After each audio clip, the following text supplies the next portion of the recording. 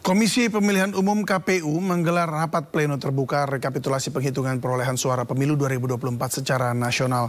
Rekapitulasi nasional akan dimulai dari suara pemilu di luar negeri, di mana Komisi Pemilihan Umum telah rampungkan rekapitulasi Pilpres di 11 PPLN.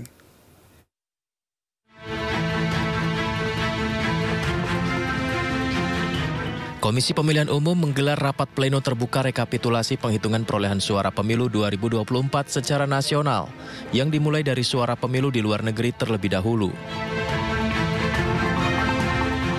Dari 128 PPLN, 127 diantaranya telah selesai melakukan penghitungan perolehan suara. Tersisa satu negara, Malaysia, yang kemudian menyusul dimulai penghitungan suara ulang. KPU telah merampungkan rekapitulasi Pilpres di 8 PPLN, diantaranya PPLN Athena Yunani, PPLN Perth Australia, PPLN Manila Filipina, PPLN Rabat Maroko, PPLN Praha Republik Ceko, PPLN Manama Bahrain, dan PPLN Tokyo Jepang.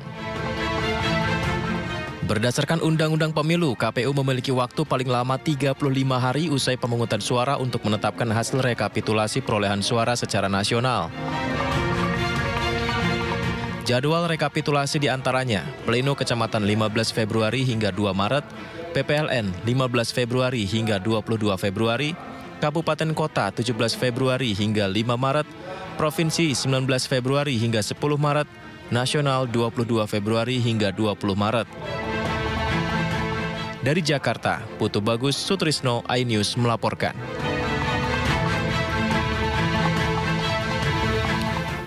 Untuk mengetahui situasi terkini rapat pleno terbuka rekapitulasi penghitungan perolehan suara pemilu 2024 secara nasional, kita bergabung dengan rekan Ismalia di gedung KPU Jakarta.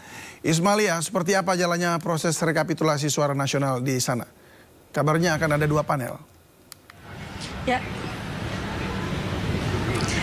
Ya, selamat malam, David dan juga pemirsa. Hari ini merupakan hari kedua di mana Komisi Pemilihan Umum RI yang terletak di Jalan Imam Bonjol di Jakarta Pusat menggelar rapat pleno untuk perhitungan suara yang memang sebelumnya pada tanggal 14 Februari ini seluruh masyarakat Indonesia, walaupun di Indonesia dan juga di luar negeri, ini melakukan pencoblosan untuk memilih pemimpin mereka yang akan memimpin mereka dalam 5 tahun ke depan. Dan pada hari ini memang benar apa yang disampaikan oleh David, untuk rapat hari ini berbeda dengan yang kemarin, karena yang hari kemarin ini hanya diadakan dalam 1 panel. Namun untuk hari kedua ini diadakan 2 panel. Dan untuk pertimbangan mengapa diadakan 2 panel sekaligus dalam rapat ini, karena untuk lebih efektif saja, karena mengingat ada 127 pemilu luar negeri yang perhitungan suaranya harus diplenokan.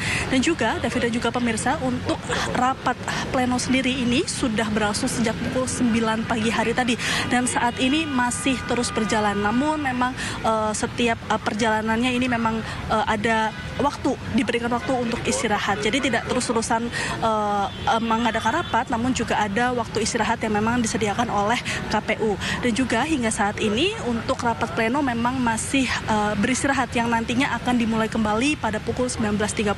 David dan juga pemirsa, memang tadi saya juga sempat mendengarkan beberapa hasil rekapitulasi dari luar negeri, dari negara-negara di Tokyo, maksud kami dari kota-kota di negara Tokyo, ada juga di negara Filipina, yang memang tadi pasangan nomor urut 2 yakni Prabowo dan Gibran memang menorehkan hasil yang unggul di antara capres-capres lainnya.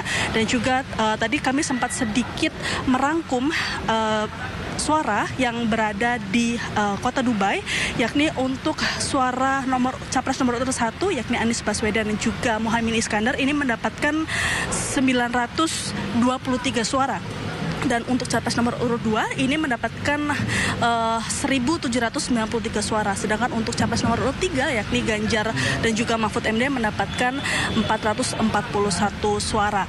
Dan di negara-negara lain pun seperti di Filipina ini juga hasil rekapitulasi suara memang masih unggul Prabowo Gibran. Namun untuk hasil di kota Doha ini pasangan nomor urut 1 memang menorehkan hasil lebih unggul, yakni dengan suara 2,3 356. Dan untuk paslon nomor urut 2 ini menorehkan hasil 750, sedangkan paslon nomor urut 3 ini menorehkan hasil 517. Dan sampai saat ini untuk sidang pleno masih terus berjalan, dan ini kami juga sudah mendengar bahwa sidang pleno akan dimulai kembali. Kami akan menunggu hasilnya untuk negara-negara lain atau kota-kota negara lain di luar negeri sana. Kembali ke studio, David. Baik, terima kasih Ismalia sudah melaporkan dan kami tunggu update selanjutnya.